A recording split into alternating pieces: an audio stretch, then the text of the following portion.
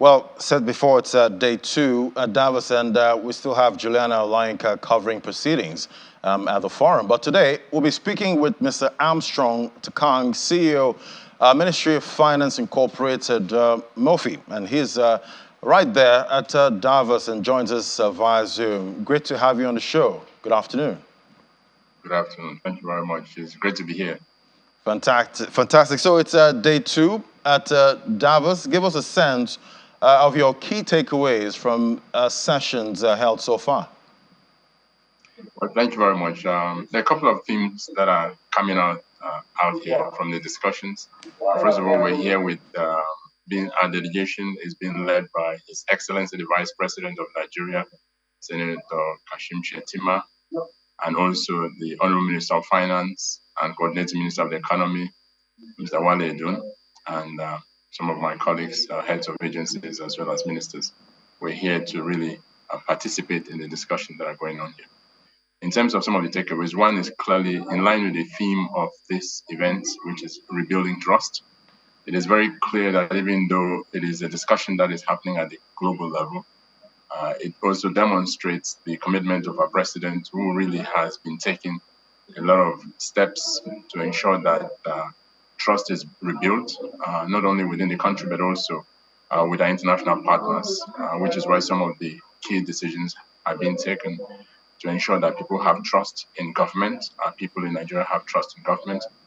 You also have a situation whereby the international partners that we need to work with also have trust in the government, that the government would keep its commitment. And I think that's what the president has been demonstrating. So this is really not just a global conversation, but our president has clearly demonstrated that it is something that is also local and has taken steps towards that.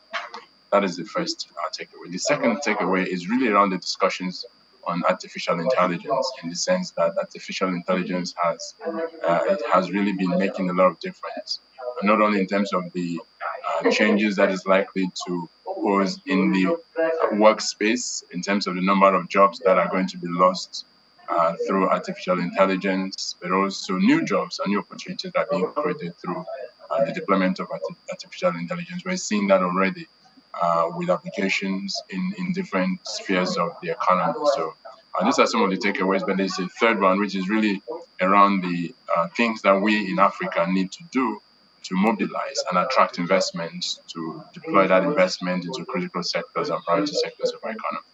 Those are some of the takeaways that are coming out of the discussions going on here at Davos.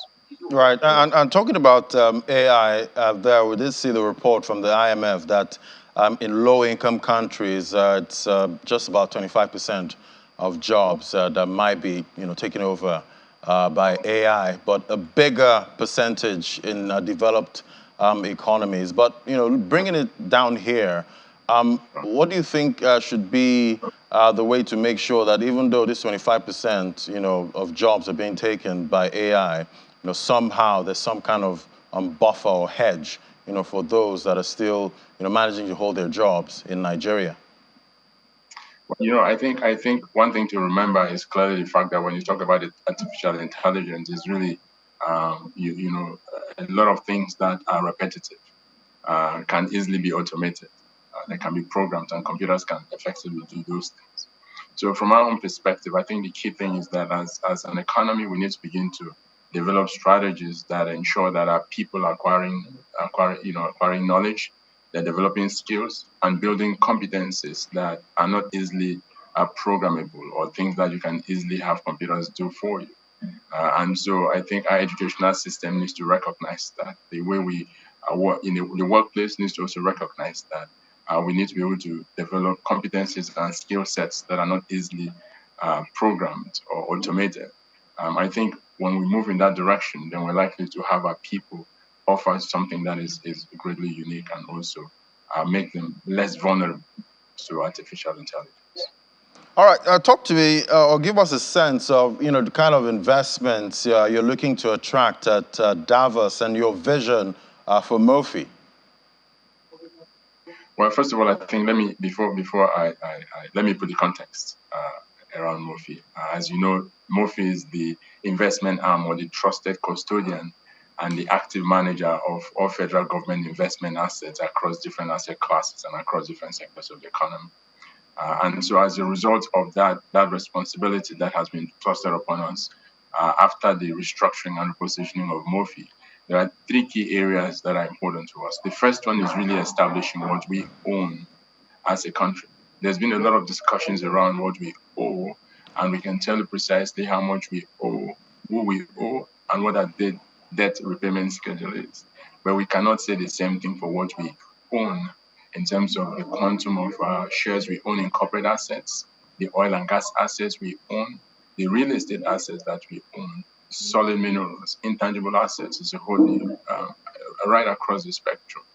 We don't have an authoritative single source of truth about what we own. And so the first mandate that Mr. President has given us is to establish what we own, the value of what we own, and begin to see how that can be used to attract investment and contribute towards the development of our economy.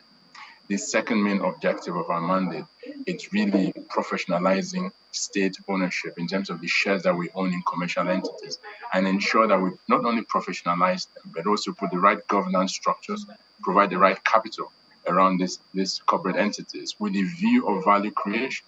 In other words, for every share that we own in any company, we need to create value. We need to create value in terms of capital appreciation of those shares. We also need to create value in terms of ensuring that it delivers liquidity through dividend payments. So that's the second main objective. The third one is really around mobilizing investments to deploy that investment across different priority sectors of our economy. For us, that is absolutely important. The president has made it very clear to us that there are a number of things he expects to see. The first one is to double our rate of GDP growth to about 7%.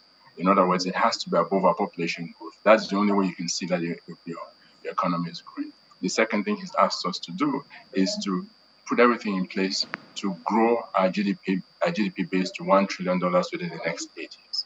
We've also been asked to take steps to create tens of millions of jobs to address our unemployment challenges. Each of those things we've talked about cannot happen if we are not mobilizing large volumes of capital, both domestic as well as foreign FDI into the country to deploy them across the different facets of our economy. And so for us, we need to prioritize investments. We need to ensure that we're creating the right enabling environment that can attract capital into Nigeria. We need to make sure that we are deploying the capital and investment into priority sectors of the economy, whether it is agriculture, which is a fundamental aspect of it, technology, healthcare, manufacturing. These are all sectors of the economy that are priority for us. And so for us, we're building relationships with those that are owners of capital, that are looking for where to invest that capital. We need to begin to discuss with them to understand what is it that they expect to see in order to feel comfortable to deploy that capital in our neck of the woods. They need to also see from us that we have a pipeline of bankable projects that can attract the capital across different sectors of our economy, whether you're talking about oil and gas, you're talking about manufacturing, you're talking about technology, you're talking about healthcare. These are all areas that have bankable projects and opportunities for investors. But we need to communicate that to them, because the fact of the matter is that everybody is competing for the same volume of capital globally.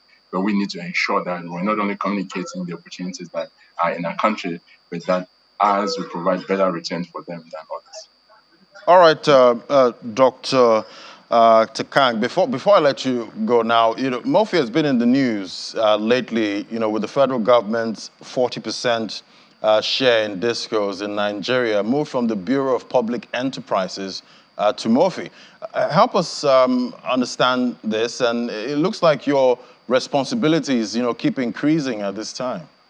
It's really interesting. Thank you for that question. Remember, MOFI was established in 1959. And the purpose of establishing MOFI was to ensure that when government is engaged in commercial activities, you separate that from the policy responsibilities of government.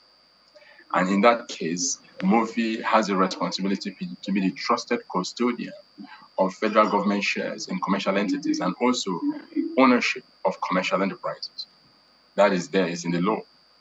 The second aspect of it is to ensure that while it is in custody of that investment assets, it has to take steps to create value for the benefit of the Nigerian people. Unfortunately, it hadn't existed as an operating entity until very recently, when government felt that we have too much interest in the commercial enterprise space, that we cannot take a backseat on a spectator position. That government does not only have to be a trusted custodian of its investment assets, but has to take deliberate steps in not only enumerating, valuing those assets, optimizing those assets, financializing those assets to make sure we can leverage on those assets to mobilize investments. We can leverage on those assets to deliver on the social commitments that we have made to our people.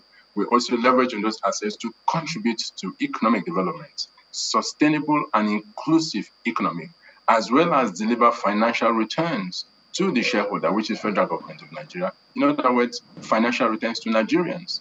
Our corporate assets must deliver not only capital appreciation over time, but they also have to deliver financial returns that will contribute towards meeting our financial obligations, especially when it comes to mobilizing revenues to finance our budget. And again, for us, this idea of taking over the ownership of the 40% is really what should have happened in the first instance. Unfortunately, MOFI didn't exist as an operating entity, but now it does and has a governance structure that has a governing council, has a board of directors with a very credible chairman of the board, Dr. Shamsuddin Usman, that all know, former Minister of Finance, former Minister of National Planning, as well as the Deputy Governor of the Central Bank. In the president's wisdom, that governance structure is very important. It's an operating entity, and the idea is to go back and do what it ought to have been doing, which is really bringing together all federal government's investment assets under one umbrella and ensure that we're leveraging on those assets, we're optimizing those assets, we're financializing those assets, and ensure that we can leverage on those assets to support government's investment program and also deliver returns to government that they can use to finance other social obligations that it has to the citizens. Yeah, because right now the government needs all the revenue they can get at this point. I wish you luck at Davos. I hope you get all of those investments. Thank you so much, Dr. Armstrong Takang, CEO, Ministry of Finance Incorporated, right there at Davos. Thank you. Thank you very much. It was great being on your show. Thank you.